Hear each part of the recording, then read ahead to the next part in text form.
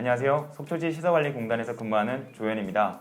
오늘은 생명존유 문화합산과 사회적 가치 실현을 위한 성인 심정지 환자 발생 시 행동 요령에 대해서 배워보겠습니다.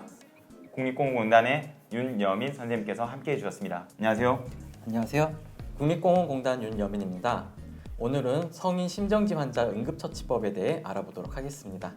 우리 주변에 심정지 환자가 발생하게 되면 너무나 당황스럽고 어쩔 줄 몰라 하는 상황에 놓이게 될 텐데요. 이러한 심정지 환자는 어떠한 상태를 말하는 건가요? 네, 심정지란 말 그대로 심정이 정지해서 혈액순환이 되지 않는 상태를 말합니다. 특히 뇌는 산소 공급이 되지 않는 상태로 4분이 지나면 뇌 손상이 시작되고 6분이 지나면 뇌사 상태에 빠지게 됩니다. 이러한 심정지는 하루 중 오전 8시에서 10시, 오후 6시에서 8시 사이에 가정에서 가장 많이 발생하는 것으로 나타났습니다. 이러한 심정지 상태의 환자가 발생하게 되면 심폐소생술이 가장 중요할 텐데요. 환자 발생 시 가장 먼저 해야 될 행동 요령은 무엇일까요? 네, 환자를 목격하게 되면 현장이 안전한지 가장 먼저 확인하셔야 됩니다. 교통사고 현장은 아닌지 화재 현장은 아닌지 확인을 하셔야 처치자의 안전을 확보할 수 있습니다. 현장 확인이 끝난 이후에는 어떤 행동을 해야 될까요? 환자 곁으로 다가가 의식 확인을 합니다.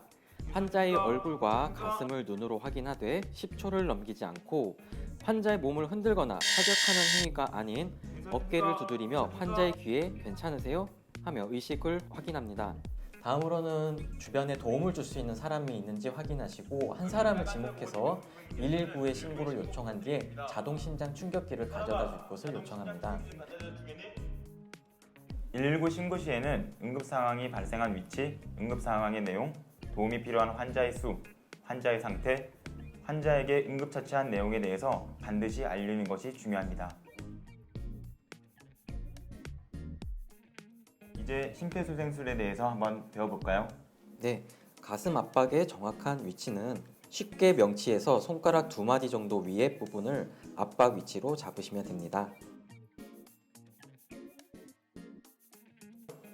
왼손이든 오른손이든 편한 손 위에 반대편 손을 올려놓고 깍지를 끼게 됩니다. 이후 손꿈치를 가슴 압박 지점에 놓고 손가락이 환자의 갈비뼈에 닿지 않도록 주의하며 5cm 이상의 깊이로 압박을 실시합니다. 가슴 압박이 끝나고 나면 다음은 인공호흡 단계로 들어가겠죠? 네, 가장 먼저 기도 확보를 위해 환자의 머리를 뒤로 젖혀 기도를 확보합니다. 환자의 코를 막고 입을 완전히 덮은 상태에서 1초에 1회 호흡을 불어넣고 코를 막았던 손을 놓고 입을 떼어 넣습니다.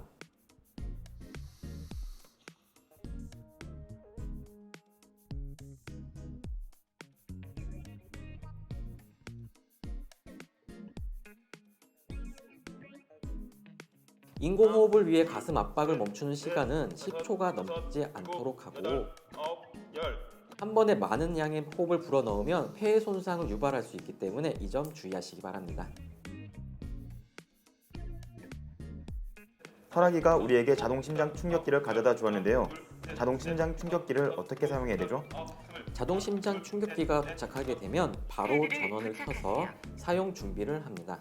제품에 따라서 개방과 동시에 전원이 켜지는 경우도 있고 그렇지 않은 경우도 있다고 알고 있으니 반드시 전원을 확인해야 합니다. 전원이 켜지면 안내 멘트에 따라 패드 커넥터를 연결하고 오른쪽 가슴 위, 왼쪽 겨드랑이 사이에 패드를 붙입니다. 이때 가슴 압박은 계속 실시하고 있어야 합니다. 자동 심장 충격기에 패드가 부착되면 심장 리듬을 분석하게 되네요. 네, 이때 가슴 압박을 중단하고 환자의 신체에 접촉하지 않도록 주의하시기 바랍니다. 깜빡이는 제세동 버튼을 누르세요. 제세동 실시되었습니다. 즉시 심폐소생술을 시작하세요. 하나, 둘, 셋. 가슴 압박 30회와 호흡 2회를 계속 실시하고 자동 심장 충격기가 도착했을 때 안내 멘트에 따라 행동하며 119가 도착할 때까지 심폐소생술을 계속 실시해야겠네요. 환자의 의식이 돌아왔을 때는 어떻게 해야 하죠? 환자를 회복 자세로 돌리고 음식물을 절대 주시면 안 됩니다. 이러한 응급 상황에 당황하지 않고 소중한 생명을 살릴 수 있는 방법 바로 심폐소생술입니다. 여러분이 그 영웅이 되실 수 있습니다.